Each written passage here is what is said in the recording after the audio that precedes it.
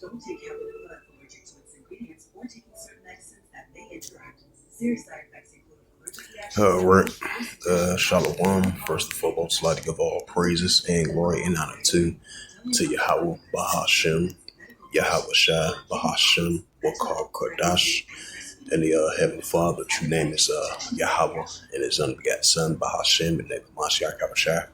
Those are the true names in ancient Paleo Hebrew, the last word Kadash tongue. And I say Barak Abdom to the elders and apostles, while I came Aqua, and I say Shalom. And this is a news article.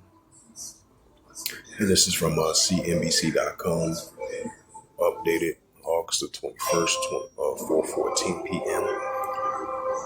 And it reads, it says the S&P 500 posts the fifth losing day ahead of Powell's speech. The Dow Jones dropped 150 points. Live updates. And this was published by Powell, Sung, and Young Lee from the CNBC.com, updated Thursday, August 21st, 2025 at 4:14 p.m. Eastern Time. It says the stocks fell broadly on Thursday, with the S&P 500 sliding to the fifth day in a row as traders look to Federal Reserve Chair Jeremy Powell's speech on Friday. It says the broad market index shed 0.4% and closed 6,370.17, while the NASDAQ composite slid 0.34% and settled 21,131. The Dow Jones Industrial Average fell 152.81 points, or 0.34%, ending at 44,785.50. Investors are looking to hear from the Powell at the Central Bank of Annual Economic Symposium, if I pronounced it right, in Jackson Hole, Wyoming, where the could offer insights in the path of the interest rates, could offer some reprieve about the persistent inflation concerns. It says that the Fed funds future are pricing nearly a 74% likelihood of the central banks cutting rates in the next policy gathering in September, according to CNBC's Federal Watch 2. It says minutes from Fed's July meeting shows the policymakers are worried about the state of the labor market and inflation, though most agree that it was too soon to lower interest rates. The federal governor, Christopher Waller, and the Michael Baldwin dissented against against the holding rate steady, marking the first time the two board members have done so in 1993.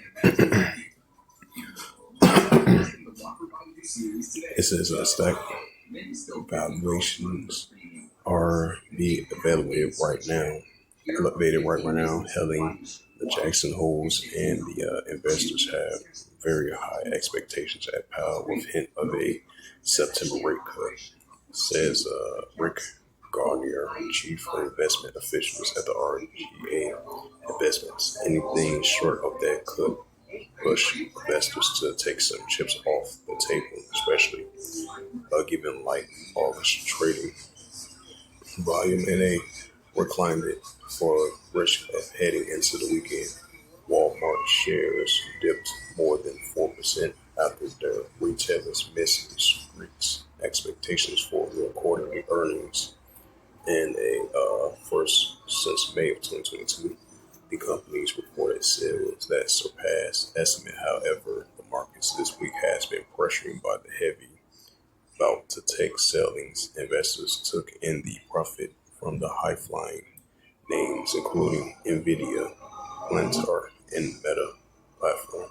The S&P 500 fell 1.2% week to date, while the NASDAQ lost 2.4%.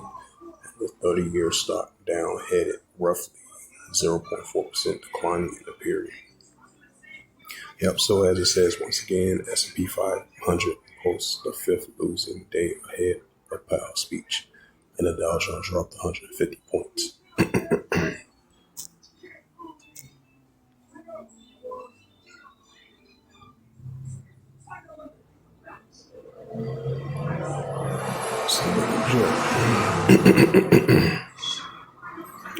This is the book of Jeremiah, chapter 51. Yep, Jeremiah 51 in verse 8. Babylon is suddenly fallen, and score half her take on for pain, and so that she may be healed. Jeremiah 51 verse 9. Who would have healed Babylon, but she is not healed. Forsake her, let us go everyone to his own country, for her judgments reach the heavens and the skies. Revelation chapter 18. Yep, Revelations 18 and verse 1. And after these things I saw another angel come down from heaven, saying, having a great power, and the earth was like his glory. Revelations 18 verse 2. And he cried, mighty Revelation was saying, Babylon, the great is fallen, is become the habitation of deceivers, and the whole of every foul spirit, and the cage of every unclean HATEFL room. Revelations 18 verse 3. For all the nations shall drink the wine, wrath for fornication, and the kings of earth have committed fornication for her, and the merchants of the earth are experiencing the abundancies of their delicacies.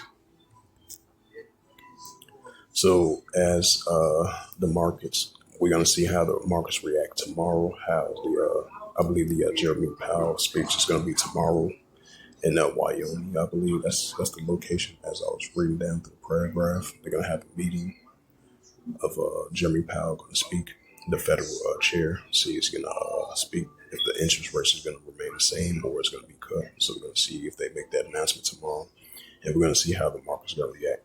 But as of today, the markets went down. The S&P 500 went down for the fifth straight day of the S&P 500, posted its fifth losing day ahead of the Powell speech, and the Dow Jones went down 150 points as of today, as of August the 21st, 2025. August the 21st, 2025 at 4:14 p.m. And so with that, hopefully this sit down was edifying of this recent news article from CNBC.com as of August the 21st, 2025 at 4:14 p.m. Last updated Thursday, August the 21st, 2025. So with that, I'd like to give all praises and glory and honor to Yahweh Ba'ashem, Yahweh Shai, Bahashem, Wakar Kadash, and the Heavenly Father. True name is Yahweh. And his only begotten Son, Bahashem, and Mashiach Kabashai. Those are their true names in ancient Paleo Hebrew, Lashwakadash Lutan. And I say Barakatham to the elders and apostles, Ba'akim Akwa. Till next time, I will say Shalom.